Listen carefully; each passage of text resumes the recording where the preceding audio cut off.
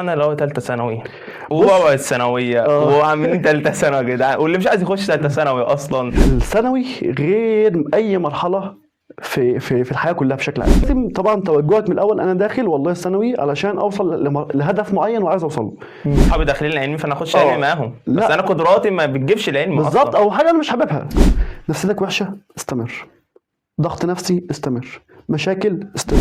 بيحصل ضربات بيحصل ظروف، وفي طلاب بيقعوا في الجداول ويقول لك خلاص انا احبطت مش هعمل جدول تاني امشي وهمشي كده وخلاص. امشي بنظام، ما لا يدرك كله لا يترك كله. ما تخليش اهلك يحددوا انت تخش علمي ولا ادبي ولا تخش ايه، لا. بس في الحاجتين دول لو درتهم صح هتطلع باكبر قدر او اكبر استفاده من ثالثه ثانوي، وباذن الله تكون وصلت اللي انت عايزه. اختيارك للمدرسين ازاي هندسه؟ انا ما اخترتش المدرسين بناء على الشهره، انا اخترت المدرسين حاجه جميله جدا بناء على اللي انا مرتاح معاهم. تنصح بايه لاولياء الامور بيبقوا ضاغطين على الطلاب في شهر 5 بالذات؟ هم كل سنه بس بتيجي ضغطه من اولياء الامور، ضغطه من المدرسين، ضغطه. تنصحهم بايه؟ دي يبقوا مهيئين البيت على قد ما يقدروا للطالب نفسه.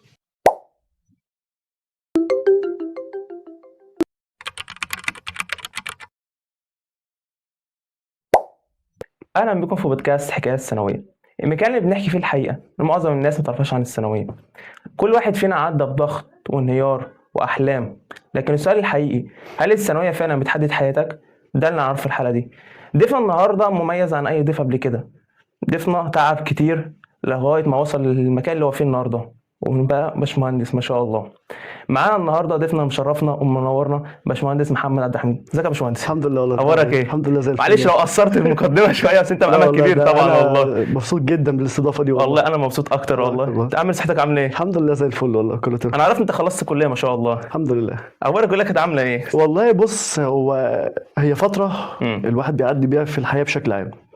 طبعا كل فترة بيبقى ليها مساوئ بمميزات بعيوب، بحاجات اتعلمتها، بحاجات غلطت فيها، بحاجات يعني لو كنت عرفتها من الأول ما كنتش عملتها أو كنت تجنبت الخطأ فيها. يعني حتى كلها فيها حاجات طبعا بتتعلم منها. أكيد طبعا، كل واحد في أي وقت بيتعلم، ومحدش بيعيش عارف كل حاجة. من ظن أنه قد علم فقد جهل، يعني كل حاجة لازم تتعلم فيها أيا كان المجال اللي أنت فيه. كانت سهلة الهندسة معاك؟ بصراحة هو مش سهلة ولا صعبة، هو الفكرة انت حاببها ولا لا. اي حاجة انت بتحبها ايا كانت ايه هي، مهما كانت صعبة انت تقدر تبدأ فيها. وبالرغم احنا شفنا مهندسين كتير ودكاترة كتير حتى لو في الكلية ما جابوش درجات مثلا كويسة، تلاقيهم ابدعوا في الحاجة دي. ليه؟ لانه هو كان داخل وحابب الحاجة، حابب المجال، حابب المجال، فظبط نفسه فيه. بالظبط كده. خش في موضوعنا اللي هو ثالثه ثانوي وبابا الثانويه وعاملين ثالثه ثانوي يا جدعان، واللي مش عايز يخش ثالثه ثانوي اصلا. بص انا هبتدي الاول من ان انت دخلت اولى ثانوي الاول. ما فيش مشكله طبعا، يعني كلنا بنبقوا طالعين من الاعدادي يعني الحمد لله وجبت مجموع ودخل ثانوي ومرحله جديده في حياتي والكلام ده. فطبعا الثانوي غير اي مرحله في الحياه كلها بشكل عام. من اولى اصلا، من اولى ثانوي انت بتدخل. طبعا انت اولى ثانوي دي تبقى توجهك حاجه من اتنين، يا اما ربنا يعني يسهل لك امورك وتنتظم وتمشي في طريق كويس، يا اما للاسف الصحاب بيبقى ليهم قرار تاني يعني. عامل طبعا عامل طبعا. الصحاب يعني زي ما بيقولوا كده الصاحب ساحب. تمام. ده قصص كتير جدا كان الصاحب برضه فيها ما شاء الله. يعني فانت لازم من اول كده تبقى انت عارف مصلحتك وعارف انت عايز تبقى فين، يا اما ما تدخلش ثانوي من الاصل. داخل يبقى انت في هدف قدامك عايز توصل له. يعني انت لازم من اولى سنه تكون انت محدد هدفك اصلا. بالظبط. مش سنه ثالثه سنه تقول انا هخش ايه ولازم طبعا توجهك من الاول، انا داخل والله الثانوي علشان اوصل لهدف معين وعايز اوصل له، واعمل كل اللي اقدر عليه بقدر الامكانيات المتاحه اللي معايا علشان اوصل للهدف اللي انا عايزه ده. طبعا ما فيش حد بيبقى مثالي، مفيش الوضع ما بيمشيش زي ما انت عايز او زي ما انت مخطط له. فبالتالي انت هتواجهك عقبات بقى، اللي هو انت مخطط لحاجه معينه وجاتك مشكله هنا، فالمشكله دي لازم انت تقدر تتغلب عليها وتقدر تكمل من البدايه. ما تقعش وتقف. طبعا اولى وثانيه ثانوي ما يقلوش اهميه عن ثالثه، بمعنى ما يقلوش اهميه، ما يقلوش اهميه عن ثالثه. ليه؟ انت بتبدا زي ما بيقولوا كده، انت بتزرع وثالثه ثانوي الحصاد. ثالثه ثانوي مش الزرع، ثالثه ثانوي الحصاد، مش اللي انت السنه اللي بتزرع فيها. بمعنى انا اولى ببدا اتعلم، طبعا بغلط وبقى وبجرب طرق مذاكره، واوقات باجي بذاكر ما بجيبش درجات شوف كويسه. الافضل فيه. فببدا في اولى بتعلم، طبعا في تانية بقى سواء اخترت علمي او ادبي. وطبعا دي حاجه من ضمن الحاجات المهمه للناس اللي بتتفرج، ما تخليش اهلك يحددوا انت تخش علمي ولا ادبي ولا تخش ايه، لا انت ده ميولك حاجتك ايه. انت. انت اللي هتبقى موجود في الحاجه دي. حضرتك كنت عام صح؟ ما شاء الله. تمام. فبالتالي انت اختار. مم. انت لو ميولك ادبيه خش ادبي. في ناس اعرفهم شخصيا زمايل ليا يبقى مثلا هو عايز ادبي او هو شايف نفسه في الادبي، بس اهله يضغطوا عليه فيخش علمي، فبالتالي ما يحصلش او ما يجيبش الدرجه او الحاجه أو ممكن المطلوبه يكون منه. عامل الصاحب، صحابي داخلين العلمي فانا اخش علمي معاهم، بس لا. انا قدراتي ما بتجيبش العلم بالظبط، اصلا. او حاجه انا مش حاببها. اصل هو فعلا. الموضوع مش موضوع عافيه، هو الموضوع انا حابب ايه واقدر استمر فيه، يعني بشكل عام اقدر استمر فيه، مش ان انا من اول خبطه والاي. مم. ثالثه ثانوي طبعا هي سنه زي اي سنه، بس في حاجتين، الحاجتين دول لو درتهم صح هتطلع باكبر قدر او اكبر استفاده من ثالثه ثانوي، وباذن الله تكون وصلت اللي انت عايزه. مم. الاستمراريه، وابعد عن التليفون. بداية رائد. الحاجتين دول لو انت استخدمتهم صح، او انت خططت لهم صح، تقدر تعمل اي حاجه. ثالثه ثانوي طبعا انا مريت بفترات كنت كويس فيها جدا، فترات كنت نص برضك شاب زي اي شاب بيعدي ويقع فترات ويقوم، كنت زيرو فيها، بس مفيش انت اي قمت حاجه. يعني مهما كنت وقعت فانت قمت، وصلت ما شاء الله بالظبط. لحلمك. هو الفكره ان انت بتاخدها ستيب باي ستيب. انت بتقع، بتغلط، بتتعلم من غلطك، بتكمل، بتقع تاني، شوف ايه الغلط اللي انت عملته، ما تحبطش يعني. لا لازم تعمل كده. كنت متحمس لثالثه؟ بص، هو انا كنت عايز ادخل سنه ثالثه علشان ان انا اتخلص من الضغط النفسي اللي كنت متوجه له في اولى او في تانية او في كده. طبعا ثالثه ثانوي والعيون كلها عليك والضغط كله عليك. ده انا مثلا انت خلاص انت كل بقى مركز معاك ان انت في كله ثالثه ثانوي، مستنيك بقى. وتروح تحجز دروسك بقى وتحضر ادواتك وبتاع، وفرحه البدايات دي. فرحه البدايات. خليه يفرح براحته. فرحه البدايات بتيجي طبعا. البدايه بتبقى الدراسه في شهر 8. طبعا شهر 8 بتبقى خلاص بدأت شغل فعلي، بتبدأ طبعا في الأول بتنظم مواعيدك وبتاع. ومن ضمن الحاجات برضو اللي بشوفها خطأ، يعني ناس كتير بتقع فيها، اللي هو يحط درس الصبح ودرس بالليل ويضيع فرق الساعات بيبقى شاسع جدا، فبالتالي بيضيع وقته كبير. يعني بيلبس وينزل ويطلع وينزل ويلبس، فبالتالي وقت كتير بيضيع. اختيارك للمدرسين ازاي هندسة؟ انا ما اخترتش المدرسين بناء على الشهرة، انا اخترت المدرسين حاجة جميلة جدا بناء على اللي انا مرتاح معاهم. والمدرس، اي مدرس تحس ان انت شاطر معاه اعرف ان هو مش كويس. شاطر معاه، انت لو شاطر معاه اعرف ان هو مش كويس. النقطة دي بقى ليه بقى؟ طبعا انت كطالب عمرك ما تبقى مدرك المنهج كله بنسبة 100%. لا طبعا. تمام. المدرس الكويس اللي هو بيحسسك فعلا ان انت مقصر او ان انت ناقصك حاجة. فبالتالي انت بتحل تمام، المدرس كويس، خلاص انا حليت. تيجي بقى في الامتحان او تتحط في امتحان فعلي تلاقي نفسك تايه. طب انا تايه ليه؟ لا، لان انت ما خدتش افكار جديده. مش لازم ان انا التزم بكل الافكار اللي في الكتاب. هو ماشي بالكتاب بس يعني. ماشي بالكتاب، او حتى ممكن جزء من الكتاب مش الكتاب كله كمان. فبالتالي الطالب يحس ان هو شاطر، او ان هو مثلا اللي خلاص انا عارف كل حاجه، فبالتالي بقى لا خلاص انا هستمر مع ده. لا، انت قيم نفسك بناء على الحل. درجاتك في الامتحان، جيب اي امتحان في اي كتاب من على النت من اي حاجه وحل وقيم نفسك. والله لو لقيت نفسك بتجيب 90 فيما فوق انت كويس. في الثمانينات يبقى انت ممكن تكون بتحتاج شغل على نفسك، مش شغل المدرس، شغل على نفسك. سبعينات وستينات لا، لازم ترجع بقى وتشوف المشاكل فين، ولازم ان انت تشوف حل وتحل من نفسك يعني. بالظبط. وطبعا كل القدره او كل الحاجه انت ملزم بيها. يعني من حيث الوقت اللي انت هتحدده، المذاكره اللي انت تذاكرها، المدرس ما هو الا وسيله، انما انت الاساس. انت الاساس في ان انت تعمل كل حاجه. الطلاب اللي بيخشوا بحماس كبير ويجي في الاخر يقعوا، انا قلت لك كلمه واحده، الاستمراريه، اللي اهم هو حاجه. ما بقاش طالع كده فاير بقى وبتاع ومش عارف ايه، واجي في الاخر بقى هوب شهر 8 خلص، شهر 9 خلص، خدت اول امتحان جبت فيه النص، خلاص احبطت بقى، وحلم الطب راح وحلم الهندسه راحت وخلاص بقى. لا، هو الاستمراريه ان انت قليل دائم. يعني انت مش لازم ان انت تكون بتذاكر في اليوم 10 ساعات، لا، ممكن ساعتين 3 بس تفضل مستمر عليهم. طريقه مذاكره الباشمهندس محمد كنت ماشيه ازاي في ثالثه ثانوي؟ بص، هو انا مريت بالمذاكره دي في مراحل كتير قوي في حياتي. بمعنى جربت طرق وعملت كل اللي اي حد يقدر يتخيله. بس انا هقول لكم الحاجات المميزات والحاجات العيوب والطرق اللي انا جربتها. مبدئيا كده، اوقات كنت بذاكر بالليل، اوقات كنت بذاكر الصبح، اوقات كنت بذاكر بورقه وقلم، مش أوقات على كنت حاجه بذاكر- معينه يعني. انا مش كنت ثابت. جربت ده كله. بس افضل حاجه وصلت لها وافضل فتره فعلا حصلت فيها كنت قبل الامتحان ب3 شهور. يعني زي دلوقتي كده مثلا كنت في شهر 3 او في شهر 4. مم.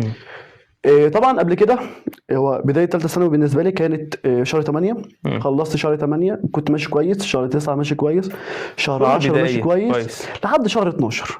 كنت خلاص تقريبا كده احنا خلصنا نص المنهج زي ما بيقولوا عليه خلاص الترم الاول انا كده. خلاص يعني. فمن هنا حصل الدروب بقى. انت محطوط بالنارين. الجزء الاولاني انت خلص نص المنهج ومطالب ان انت تذاكره عايز تراجعه برضه وتمتحن عشان عليه وهكذا. والنص التاني ان انت في جديد بتاخده ولازم تذاكره ولازم تربطه بالقديم. فانت بيبقى عليك كميه لود وكميه ضغط، امتحانات بقى و ومواعيد وحصص زياده ترم اول ترم تاني ترم اول ترم فتلاقي تاني. نفسك الفتره دي هي اكتر فتره بيحصل فيها انتكاسه. وانا الفتره دي حصلت لي، جت من شهر 12 لحد شهر 2 تحصيل زيرو. كنت بروح بس فترة كبيرة قوي يعني 12 يمكن كتير. يمكن يعني انت خلاص بقالك شهرين وداخل بالظبط، امتحانات بالظبط. وعام. بالظبط. هو الفكره بقى ان انا مشيت كويس في من 8 لحد 12. ما كنتش احسن حاجه وما كنتش اسوأ حاجه، بس كنت مستمر. يعني مثلا كنت في الامتحانات بجيب يعني من 85 ل 95 يعني في رينج الدرجات ده. واوريدي كان كويس في مثلا حاجات بقل فيها شويه، حاجات بعلى فيها شويه، بس في الرينج الطبيعي اللي هو ايه اللي هو المعدل الطبيعي. طبعا جيت في الفتره اللي هي ما بين 12 و2 او لحد نص 2 كمان، طبعا الشغف زيرو. خلاص انا وقعت بقى ومش هوصل. تمام. مش هوصل بقى، وتلاقي نفسك اصلا حاسس انت مش فاهم حاجه في المنهج. حاسس ان انت القديم نسيته والجديد مش عارف تفهمه. وتلاقي مثلا يعني لو حد كان في علم رياضه انت بتدرس استاتيكا وديناميكا، ده رياضه 2 جبر وهندسه جبر وفراغيه ومش عارف ايه، بتدرس حوالي 6 في 7 فروع. طبعا عشان الاستاتيكا معتمده على التفاضل فلازم تبقى مذاكر التفاضل كويس، الديناميكا معتمده على التكامل فعشان تفهم الديناميكا لازم تبقى مذاكر لازم يبقى البدايه بتاعتك كويسه عشان تعرف تكمل. فالفتره دي طبعا انا كنت بروح تقضيه واجب، بسمع للمدرس وما بذاكرش، والواجب يمكن كنت بنقله قدام الدرس قدام الدرس والمدرس شايفني داخل يسالني. ده كانت في الشهور الانتكاسه دي؟ في الشهور الانتكاسه دي جيت المدرس يسالني، بص اللي انا عارفه بقوله، اللي انا مش عارفه. جيت بقى في شهر 2 نص 2 كده. ودي حاجه لازم ننوه عليها. ايه هي؟ ان حضرتك لازم تقف مع نفسك في ثالثه، تحاسب نفسك كل يوم، نهاية كل يوم تحاسب نفسك، نهاية كل اسبوع تحاسب نفسك، نهاية كل شهر. ده افضل حاجه. كذلك في الجامعه على فكره برضه. بالظبط. بس هي الثانويه يمكن تبقى ضغطه شويه. بس اللي هو ايه، اللي هو هي ثالثه ثانوي منهجها اسهل بكتير من منهج الكليه. بس هو الضغط النفسي بس هو اللي بيسبب توتر. فانت تتعامل مع الضغط النفسي ده حاجه موتيفيشن، تحفيز ليك، ما تبقاش حاجه ترجعك لورا. يعني مثلا ما اجيش مثلا انا ضيعت درجه، ضيعت مش عارف ايه، ضيعت ايه، الاقي نفسي بقى الحاجات دي تجيبني ورا، بدل ما تبقى حافز ليا ان انا اطور، لا بترجعني ورا. لا ده مش عايزينه خالص. الفترة دي كانت طبعا أسوأ فترة في حياتي. فجيت كده اللي هو أنا هقعد مع نفسي، قفلت التليفون خالص وقعدت مع نفسي 3 ساعات. 3 ساعات دول الفترة دي 3 ساعات دول أنا قاعد لوحدي، ولا بتكلم ولا عامل أي حاجة، قاعد لوحدي، صيام عن الكلام، صيام عن كل حاجة، في مكان هادي. طب تراجع نفسك. راجع نفسي. اللي هو إيه، أنت اليوم بيتكرر، أنت التحصيل 0 نفس. طب لو فضلت كده هتوصل لحد الامتحان وأنت كده. طب انا هعمل ايه؟ روتين وحش. ابدا. يعني طب اللي فاتني ابدا. طب انا واقع مني حاجات كتير، ابدا. افضل وقت البدايه هو دلوقتي. مهما كنت متاخر، مهما كان فايتك، قوم تبدا. تمام. قعدت مع نفسي كده، لا انا هبدا، وقررت ابتدي.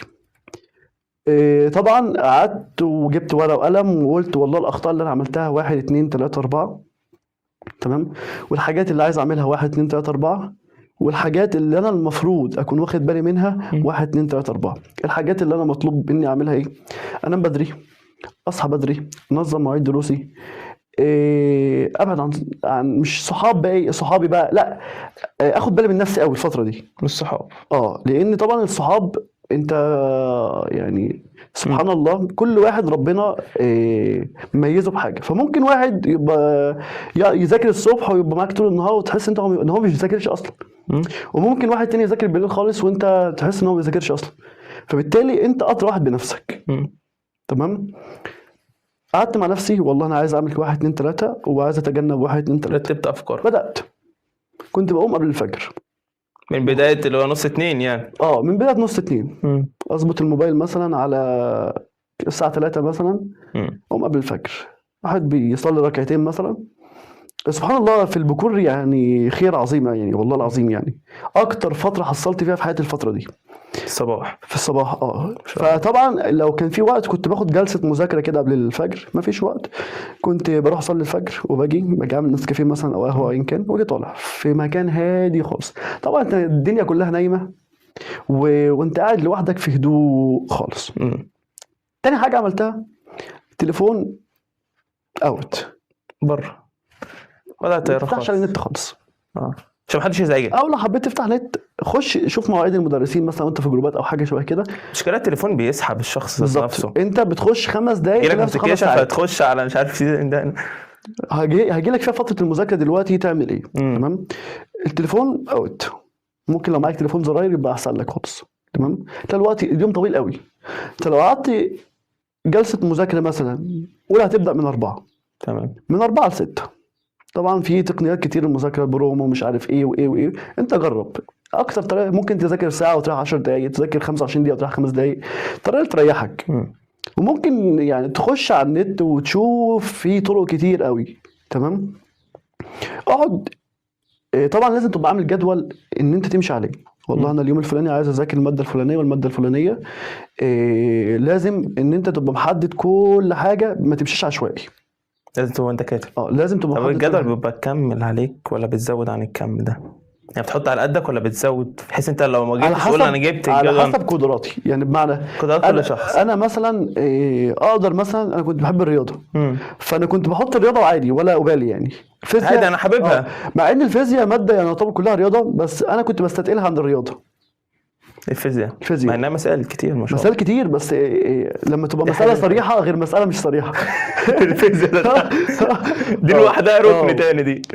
فبالتالي انا كنت بحط كم معقول بالنسبه لي. طبعا كل مره انت ممكن بتزود، بس انت ابدا حط حاجه انت تقدر عليها، وفي نفس الوقت ما تبقاش كميه صغيره برضه. يعني ما تحطليش نص درس، لا حط مثلا نص باب، درسين 3 كده عشان تعرف تحصل كم عشان تعرف تحصل.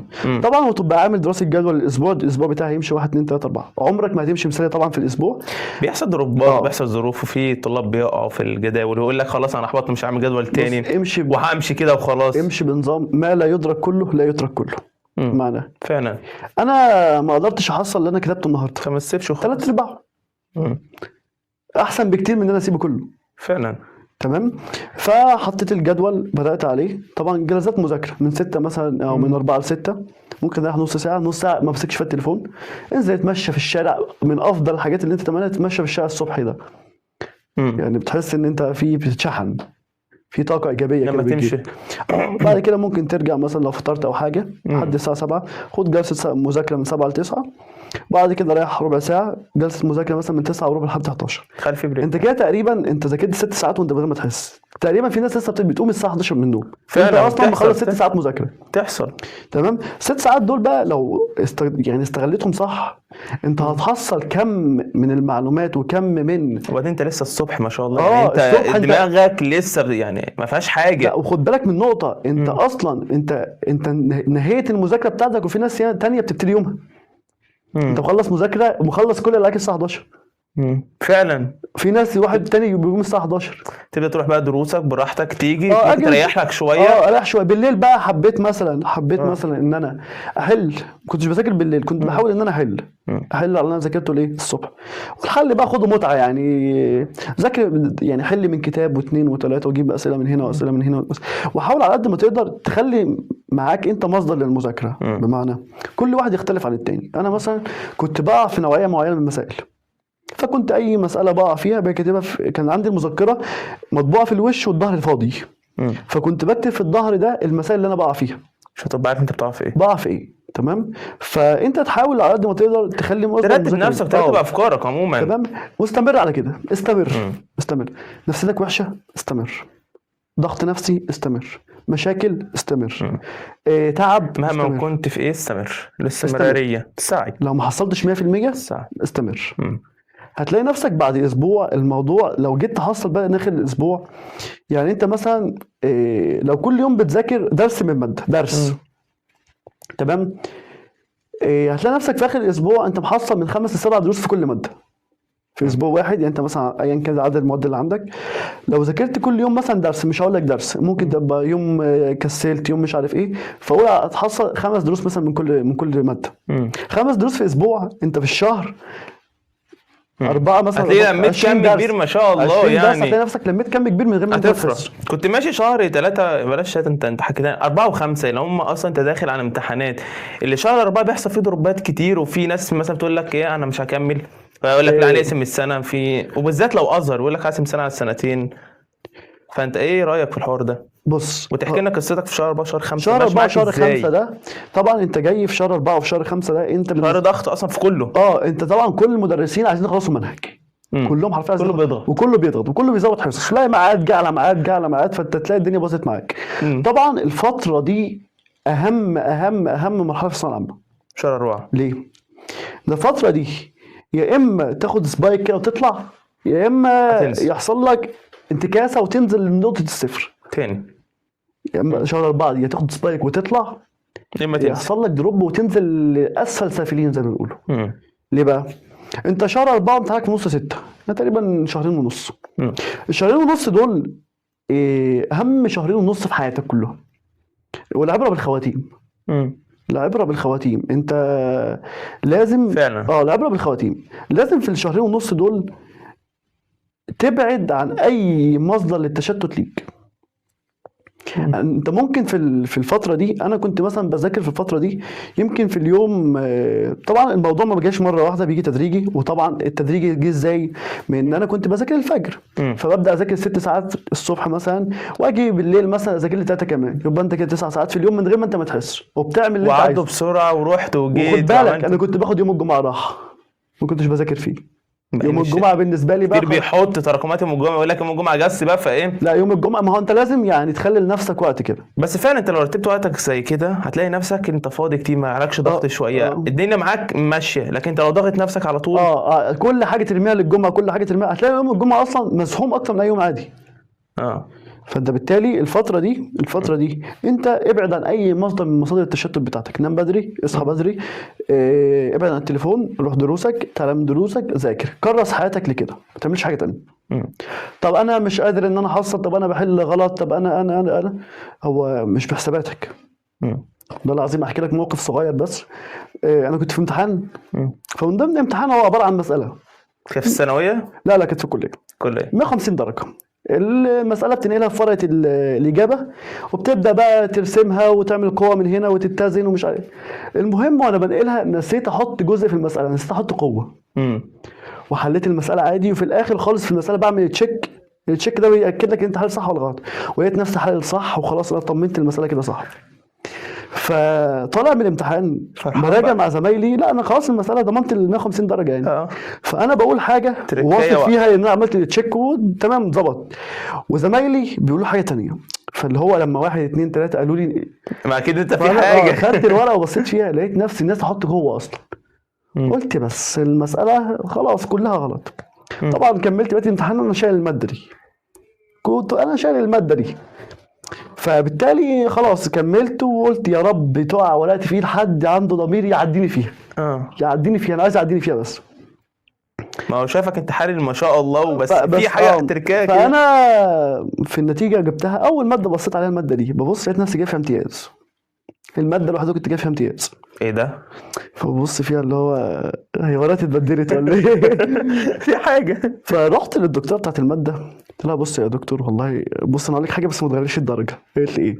قلت لها والله حصل معايا 1 2 3 4. قالت لي ورقتك؟ قلت لها اه. قالت لي انا عارفه انا لقيت الطالب اللي حالل ده، انا ما يهمنيش لو وصلت طلع لها الناتج صح معلومه من ولا خلال اصلا اللي انت فاهم هل وعارف. انت حالل صح ولا لا؟ انت كاتب لي كل التفاصيل اللي في المساله وكل المعلومات او كل الملحوظات اللي انا كنت بقولها انت كاتبها، مش اي حد يكتبها. وده اللي انا عايزه وده اللي انا عايزاه. مم. انت بقى ممكن تكون نسيت جوه بس انت حالل صح. مم. فانا قيمتك على الدرجه دي ونقصتك 5 درجات، كنت جايب 145 150 وجبت فيها امتياز، وسبحان الله يعني انا كنت في دماغي ان انا نفسي انجح فيها ولقيت نفسي الاستنتاج جايب فيها بتاعها امتياز. غير بتاعها اصلا، يعني غير الدكتور او غير فأنت المدرس. سبحان انت في الله حسبتك. سبحان الله انت ابذل قصارى جهدك والنتيجه مش بتاعتك، النتيجه بتاعت ربنا. مم. لا انت دلوقتي طب انا مش محصل، طب انا مش قادر طب انا مش قادر احل، ذاكر. المواد صعبه، اي حاجه صعبه كانت بتقابلني ما كنتش بذاكرها مره واحده، كنت بفضل اذاكرها اكتر من مره. اكتر من مره. انت دلوقتي لما عندك مثلا مساله والناس في الكليات هتفهم القصه دي، ممكن حرفيا تلاقي المساله حرفيا 20 صفحه حل. انت 20 صفحه دول مثلا 20 صفحه حل مساله واحده، فانت ال 20 صفحه دول طبعا لو قعدت يعني تفهمها من مره واحده عمرك ما هتقدر، مستحيل. انت انسان برضو. لو كل يوم خدت خطوه واتقنتها هتلاقي نفسك بعد 5-6 مرات قدرت تحل المساله بكل سهوله. فاي حاجه صعبه تذاكرها مره واثنين وثلاثه واربعه، خليك استمر عليها. استمر. فالخلاصه اول حاجه ما تيأسي، مهما كنت واقع ومهما كنت ضايع ابدا من دلوقتي، ابذل قصارى جهدك، ابعد عن التليفون على قد ما تقدر وعلى قد ما ربنا يديك، يعني وري ربنا ان انت جايب اخرك. هات اخرك والباقي على ربنا. بس باختصار يعني ربنا ما بيجازيش على فكره، واحد بيذاكر 5 ساعات وواحد بيذاكر ساعتين يبقى ده يجيب اعلى من ده، لا. اديك مثال بسيط، ده جاب اخره في ساعه بس، ده جاب اخره وجاب كل وربنا ساعته، وده ده ذاكر كويس بس ما جابش اخره، فده بذل مجهود اكتر من ده، مع ان ده ذاكر اقل من ده بس ده جاب كل الاخر. وعلى فكره مش بالكليه على قد ما بتقدر، يعني انت سبحان الله. يعني انا دخلت الكليه وحاجه من ضمن الحاجات برضو انصح اي حد بيها، اتعلم مهارات على قد ما تقدر في الحياه تثبتش على الثانويه. بالظبط، ايا كان الكليه. انا شغال حاليا دلوقتي يعتبر مش بالكليه، بالمهارات اللي انا مكتسبها، وشغال على فكره مع ناس كتير او في دول كتير او مختلفه ما شاء الله، وشغال مع شركات. فبالتالي انك كليه هندسه يعني بس برضك ما ركزتش على الكليه ذات نفسها، ما ركزتش على الكليه، انا شغال بمجالات تانية، طورت نفسك في مجالات في مجالات تانية. فانت برضو لو حتى مش لازم طب وهندسه بقى وصيدله والكلام ده، بالعكس مش بالاسم. انت لو على فلوس فانت ممكن تجيب فلوس من اكتر من مصدر، بس ايه الحاجه اللي انت بتدرسها حاببها ولا لا؟ شهر 5 يعني في طلاب كتير بيقعوا فيه وطلاب ما بيعرفوش يذاكروا، وفي طلاب فعلا بتقول لك لا خلاص انا كده عرفت انا هجيب ايه فمش هكمل. فانت يعني يظبطوا جدولهم ازاي في شهر 5 بالذات، وبالذات عشان حضرتك عام، فبالتالي انت عارف مواد العام ماشيه ازاي، امتحانات ماشيه ازاي. فاحنا في فتره صعبه جدا. يعني كان مقابلني واحد من يومين بيقول لي ان شهر 5 انا مش عارف اعمل فيه ايه، مش عارف انظم جدولي، ومراكم كتير والرياضه، وكان علوم رياضه، فهو مش عارف يعمل ايه بجد. فهم ينظموا جدولهم ازاي في شهر 5 عشان ما داخلين خلاص؟ ينظموا جدولهم ازاي شهر 5 وشهر 6 وكمان يمكن 4 لو حد في 4 يقعد يرتب الماده على حسب اللي هو مش عارفه. بمعنى انا وصل مثلا اكتر ماده ضايع فيها ايه، الماده الفلانيه، ابدا بهايلايتر كده الوان، الماده اللي انت مش عارفها خالص او الدرس مثلا مش عارفه خالص بالاحمر، نص نص بالاصفر، اللي انت عارفه كويس بالازرق. امشي بقاعده بريتو اللي هو ايه 20-80 اللي هو 20% من الاسباب تؤدي ل 80% من النتائج. اللي هو ايه، انت دلوقتي انت عارف ان انت المشاكل معرفه المشكله نص حل. انا عندي مثلا في الماده الفلانيه مشكله 1 2 3 4، في الماده الثانيه مشكله 1 2 3 4، ابدا اشتغل على المشاكل دي. تنظيم والالتزام، تقدر تنظم وقتك كما يجب ان يكون، حتى لو ما التزمتش فيه بنسبه 100%، بس حاول تلتزم باكبر قدر من الحاجات اللي انت ممكن تقدر عليها، وتنظم منهجك. انت غير ده كل واحد عارف هو مقصر في ايه وكويس في ايه، اللي انت مقصر فيه ابدا اشتغل فيه. تمام، هتلاقي نفسك بعد فتره، وحتى هتشوف النتائج بعد اسبوع. يعني ما تيأس من الاخر، حتى لو في قبل الامتحان ساعه ما تيأس، كمل وذاكر. هقول لك حاجه، انا في مره كان في امتحان كنت تعبان جدا وداخل، هو انا كنت بذاكر الماده طول السنه على فكره، فبس انت بتيجي في الاخر طبعا انت لو ما ذاكرتش بتحس ان فيها غلط. فالفتره كان في اول السنه، وكان طبعا قبل الماده تقريبا 7 ايام اجازه. فخلاص قلت ايه، خلاص اخد يوم راحه. فمن تاني يوم تعبت، بغمض وافتح نفسي قبل ليله الامتحان، الماده طويله، انا مذاكرها قبل كده، بس مهما كان لازم تراجعها برضه، مم. وانا ضيعت الايام كلها. ايوه. بس انا كنت تعبان يعني، كنت خلاص يعني جاب اخري، فقلت اعمل ايه؟ مم. قلت انا هراجع امتحانات السنين السابقه واشوفها. تمام. ذاكرت امتحان او ليله امتحان سابق، ليله الامتحان وانا رايح الكليه الصبح ذاكرت امتحان تاني. دخلت الامتحان لقيت الامتحان اللي جاي لي من الامتحانين دول ما عدا سؤال واحد. سبحان الله. يعني كل الاسئله يعني سبحان اللي الله ذاكرتها من بجد. الامتحانين جت في سؤال واحد. السؤال ده انا حليته غلط، آه. بس انا مش مزعلان ان انا حليته غلط. هو معلش يعني واحد بيذاكر طول السنه هيجيب الامتحان كله صح، انا اللي ما ذاكرتش غير الامتحانين اجيبه كله صح؟ لا طبعا، لا انا مش ربنا معقولة غلط. يعني. بس انا حليت بس- السؤال غلط، بس بس انا حصلت. في الاخر حصلت حصلت كويس. قدر كبير. اه تنصح بايه لاولياء الامور بيبقوا ضاغطين على الطلاب في شهر 5 بالذات؟ هم كل سنه بس بتيجي ضغطه من اولياء الامور، ضغطه من المدرسين، ضغطه، تنصحهم بايه؟ اولياء أولياء الامور الأمور. لازم لازم لازم الفتره دي يبقوا مهيئين البيت على قد ما يقدروا مم. للطالب. طالب ذات نفسه. معلش، ما يشدوش اي عليه. طالب اي طالب لو الجو متوتر حواليه ما يبقاش مرتاح. ما يبقاش مرتاح اصلا. يعني اي خلافات واي مشاكل اي حاجه لا خلاص تجنبوها خالص قدام. تاني حاجه مم. بلاش كل اللي حواليه بيضغط عليه، فبلاش انت تضغطه انت كمان. مم. لا انت حاول تخليك انت الملاذ اللي هو ايه اللي يروح له يوم ما يتخنق يعني، مم. وتدعمه وتقول له كمل، ويمكن حاجه بسيطه مثلا تفرحه ولا حاجه. يعني بلاش الدعم السلبي اللي انت فاشل، انت مش هتنجح، انت ما فيش حد فاشل وما فيش حد مش هينجح، كتير من بس اولياء الامور لا انت هم بيبقى همهم الطالب في الاخر، بس مش عارفين الطريقة ذات الطريقه نفسها. بيوصلوها ازاي يعني. الطريقه ذات نفسها لا انت على قد ما تقدر خليك انت البوزيتيف انرجي في حياته، لان المدرس بيضغط إدامة. عليه، الطالب زمايله بيضغطوا عليه. إدامة. وحاجه تانية نسيت اقولها، اوعى تقارن نفسك مع حد. مقارنتك بنفسك، قارن نفسك بنفسك كل اسبوع، اوعى تقارن نفسك بحد.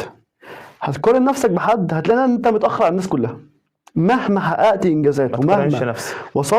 ومهما وصلت لحاجه هتلاقي حد وصل لحاجه اعلى منك. مم. فاوعى تقارن نفسك بحد، انت قارن نفسك بنفسك. انا والله الاسبوع اللي فات كنت محصل كده، الاسبوع ده حصلت كده، شكرا. شوف نفسك احسن ولا بتنزل ولا في بتطلع؟ تطور في تطور. مم. فانت دلوقتي اقعد هات ورقه وقلم، نظم الاسابيع من هنا لحد الامتحان كذا اسبوع، الاسبوع ده حاول تنظم دنيتك، هتلاقي نفسك على فكره لحقت تراجع مره واثنين وثلاثه كمان. هتلاقي نفسك رجعت كتير. تمام. والحل على قد ما تقدروا في الفتره دي، يعني انت مش لازم تذاكر مذاكره تقليديه اللي انت تسمع شرح الدرس وبعد كده تحل الاسئله العاديه، لا. ممكن تسمع مراجعه للدرس وتشوف بقى حل. اسمع مراجعه عشان برضه تفتكر لو انت ناسيه وحل.